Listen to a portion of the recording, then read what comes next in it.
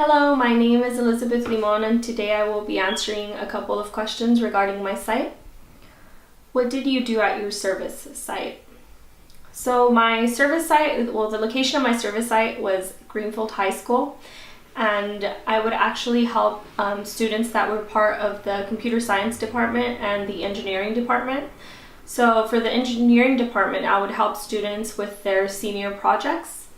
If they needed any help regarding research or just anything they needed, I would help them out.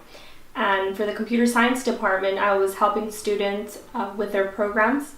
So they were working a lot on creating websites, and they were using PHP and HTML, and I would help them out with that, which was actually pretty cool because this semester I was actually enrolled in internet programming, so I was learning as they were learning, so I thought that was pretty cool. How did your service contribute to your partner's organization?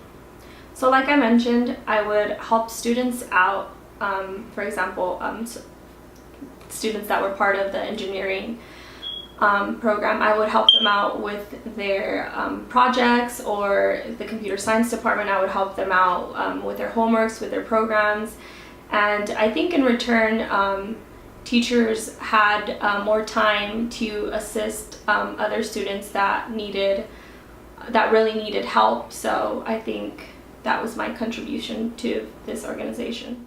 How did the service help the community?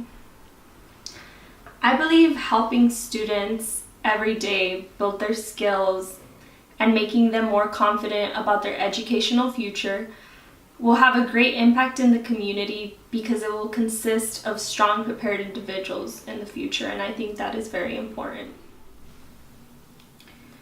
Who did you interact with? So like I mentioned, my site was Greenfield High School, so I would interact with young students, ages, I think it was 13 to 18. So yeah, those were the people that I would interact with.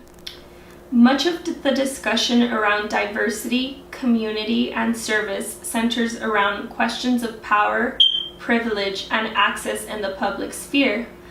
How did the process of building relationships with the people in your service organization or in your service community go? What was challenging about developing good working relationships, if any? You know, going into this, I already had an idea of how I wanted to approach students. Growing up, my mom always had a daycare, so I was always around kids or teenagers.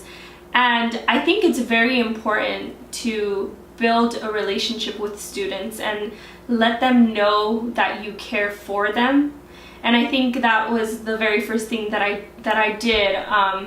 When I would arrive to my site, I would take my time to get to know each and every student. I would try asking them questions about their day, about their homework, if they needed any help, you know, just going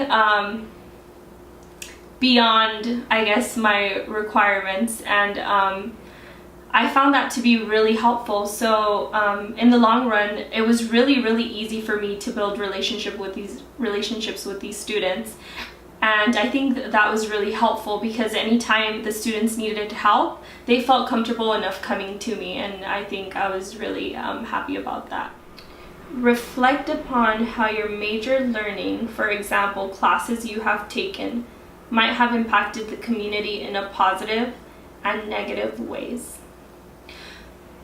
So like I mentioned earlier, for the computer science department, or when helping out the computer science department, a lot of these students were learning PHP and HTML, CSS.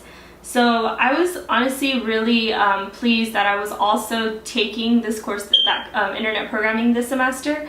So I think, you know, taking that class and being a part of that class turned out to be a very positive outcome because I was able to help students out. What personal strategy have you formed or thought about that will lead you to be a part of building more just, equity, and sustainable community around you through your future profession in communication design or computer science?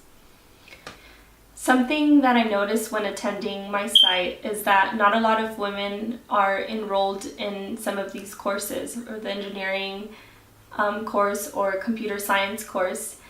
And a strategy that I thought of, or that I think would be a good idea, is building clubs, so women can be more aware of computer science and, let them know that they can be a part of it.